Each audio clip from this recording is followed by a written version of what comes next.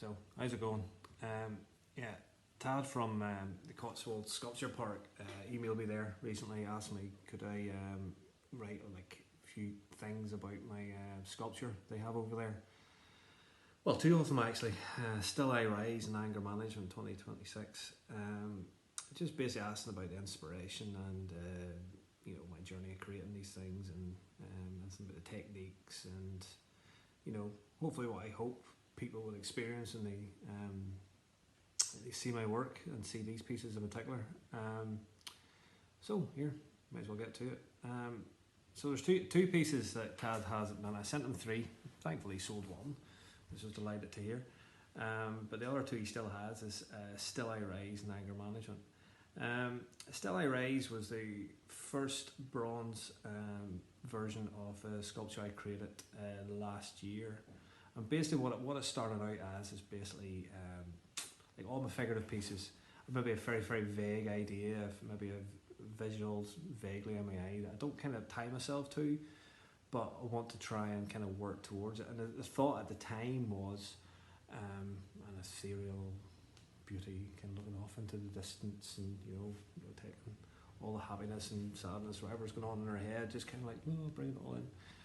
Corny, cheesy, but that's kind of like, where I was starting with it, just to see if I could capture that, initially it was just a quick study to see if I could just get like that kind of a softness to the work, a kind of a gentleness to my work.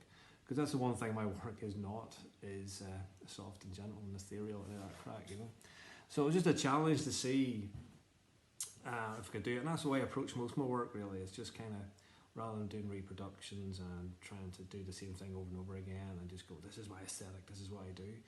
I try as best I can to kind of challenge it and to see if I can get a contrast, a kind of or even a juxtaposition between two different subjects, or have two things counterpointing each other at the same time. But I try to make one and then see how it goes, and then see if I can bring something else in to kind of bring it back into something else. So that's how it started. I just wanted to create an ethereal beauty, and I started off, and it didn't happen. So basically, to say, I started bigger. I started the cheekbones are here, the eyes are here, the lips are big, blah blah blah, all the typical stuff you do, and it just wasn't working. It just wasn't working. I could make a pretty lady, but it wasn't really working. So I just kind of didn't really attach myself to it. I didn't really get anything from it. So it's gradually started to, give her a stronger face, get her a more real face, not like, something out of an anime movie or something like that. So I started to kind of bring the jaw down a wee bit, still have that striking pose, striking look. I wanted it kind of be catched. Also wanted I wanted to kind of make it slightly androgynous, if that's the word. So kind of would ask the question,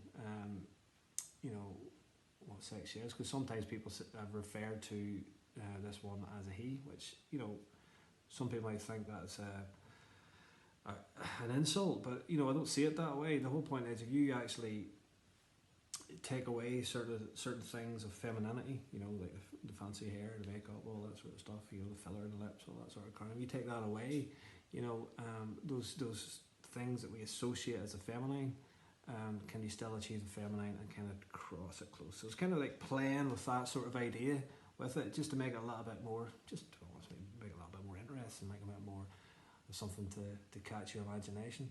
So that's where it came from, and that's where it evolved. And if you remember, if any of us were following me on Instagram or Facebook at the time, or any other social medias I'm involved in, it took a long time to make that piece, because I was making other pieces at the same time, but I just kind of went back and forth because it just didn't quite click. But eventually it did. Eventually I captured that contrast. I captured that exploration of asymmetry, the exploration of the contrast and juxtaposition, beauty, androgyny, Dickens, I clicked. I was like, right, that'll do me. There were subtle little things I found difficult, the folding the eyes, making those my own eyes, like they're like a little wrinkle on here, and you see it there, little bits like that, trying to get that quite right and balanced with because if that's not right, this here's not right, all these sort of things. So there was a lot of wee things like that kind of was fun to experiment, and that's why you kind of you do these things, well, I do these things, is to do these studies, is to kind of learn about the form, learn about the face, learn about your emotional connection with the face, and reactions and empathy and all these sort of things. Because it's like a conversation the whole time. Who is this person? Who am I trying to meet? Who's this? What's he, she trying to be? And it does evolve very, very subtly. Your face tells a story at the end of the day. Obviously you see these wrinkles coming up here, that's obviously doing that, but actually, to tell you the truth, that's from weld burn and a welder more than anything, and the fact I'm getting older. So there's lots of, we all have these things, these journeys in our face, that tells a story of who we are, and also our emotive state at the time, and blah, blah, blah. So it's kind of trying to play on that when I do these pieces and figurative pieces. So that gives me the building block. And if you know my work at all, you'll know that I very, very, very rarely do reproductions of the same piece over and over again. But what I'd like to do, once that piece is made, have that as my core to create a series of sculptures from it. So in this case, with Still I Rise, what you have is this face, but then I would use that face to create different types of sculptures from it. So it was the base core in the middle of the, is the face, but then if you adjust the angle slightly, so head up like that, or head down like that, or like this, you completely different stance, completely different concept of how you relate to that person. Also, you might find when you're standing next to her, you might be taller, you might be shorter, you'll be looking at her at a different height. So how people look down at you, look across at you, whatever, these all give you a different reaction. You'll have a different interaction with the piece because of that. So everybody will see it differently. So as I say, when I'm making the piece, these different pieces, each one will be subtly adjusted as I go along, just for the face itself. And then after that, the form we have from it, that's kind of like the expression. It's kind of like the exuberance of her mood. It's maybe her thoughts, maybe it's her emotion, maybe it's whatever you want to attach to that. But basically for me, it's just an expressive kind of form to kind of balance with whatever type of stance I'm trying to create with that face at that time. The way I created those textures and forms is quite interesting. What I would do is I melt aluminium in a little crucible, and then I have this like sand pit and like casting sand, like classic, you see people casting steel and bronze in these sand pits. But what I do is like I kind of mess the texture on the sand. Sometimes I make it hard and compact, sometimes I kind of texture it up a little bit, so as I throw the molten aluminium onto this sand, some of it catches, some of does different little textures, some of it flows, and you get all these different types of form that I find quite interesting. I take that aluminium off and make a mould from that, and once I've turned the mould, put wax in the mould, and then I'm able to manipulate the form and shape the interesting textures that are created from that. And it's pure abstract expressionism, really, in a sense. It's kind of, you have a starting point of the figure, and then you have the expressionism around it to kind of complement the form and to give it an aesthetic to tie in, and then the colours and the patina kind of is in balance with that as well. So hopefully that's covered most of the things. It also leads me on to Anger Management 2026. It's basically a big bull's head, There's no rocket science to it. You can actually see exactly what it is. It's a bull sticking the head down and doing whatever. But again, with this, like all my pieces, there's kind of like a little question mark there. What's it trying to do? Who is it? Like it's a bull. How can it be that complicated? Well, for some people looking at that sculpture, they might like, oh, is that the bull putting the head down to rear at me, or is it just putting the head down to eat some grass? Could be as simple as that. It could be coming up for a wee nozzle. Whatever you. It depends how you see that there. It's entirely up to you. And it's a nice game to play with it.